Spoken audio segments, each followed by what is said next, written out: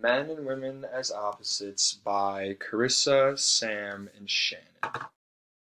Men and women as opposites is a belief in society that has prevailed for many years too long and is one that is increasingly problematic. To help understand this, we can look at the idea of doing gender, which is the practice of signaling membership in a sex category.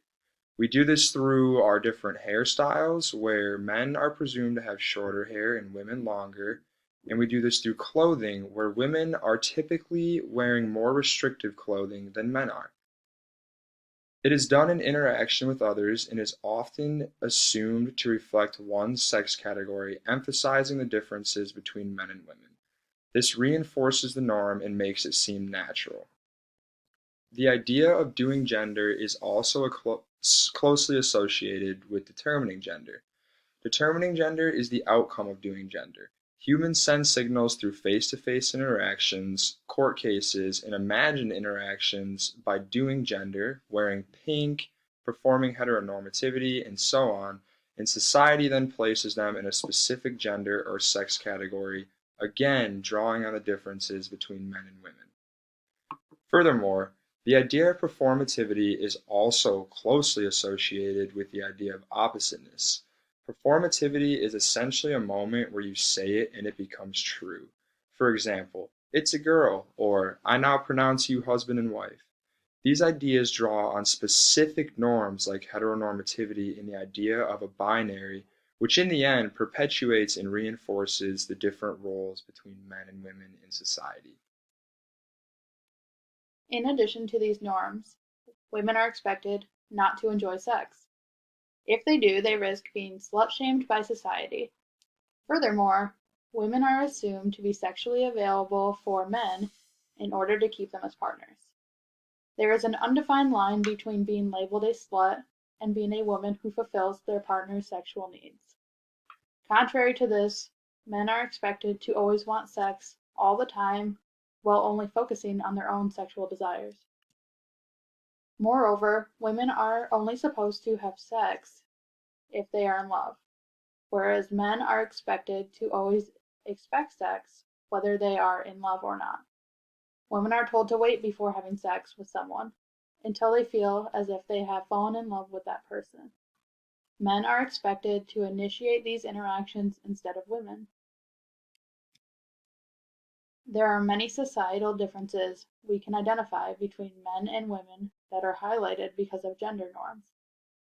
Society pushes the idea that women are small, childlike, decorative objects who should not desire sex and must remove all of their body hair. Women dislike their bodies and feel the need to modify themselves to become a more desired, decorative object for men. Because men are seen as opposite, they are told they should enjoy sex, be consumers of decorative objects, keep all of their body hair, and should act like true adults. Our culture uses science to support the societal belief that men and women are opposites. We emphasize the small biological differences instead of focusing on how similar men and women realistically are. These barriers separate men and women, which causes rape culture to become stronger because these double standards for gender normalize the societal problem. Our solution is to create inclusive and gender-neutral environments for kids to grow up in. Our gender-neutral schools will use gender-neutral pronouns, same uniforms, have gender-neutral bathrooms, and hold clear and equally enforced rules for all genders. This will reduce the idea of women and girls being seen as decorative objects. Learning can be the focus of the school instead of reinforcing gender norms. This would also create a more accepting environment. People in society only see what they want to see. We expect men and women to be drastically, biologically different, so we choose to focus on the biological differences and ignore their sameness.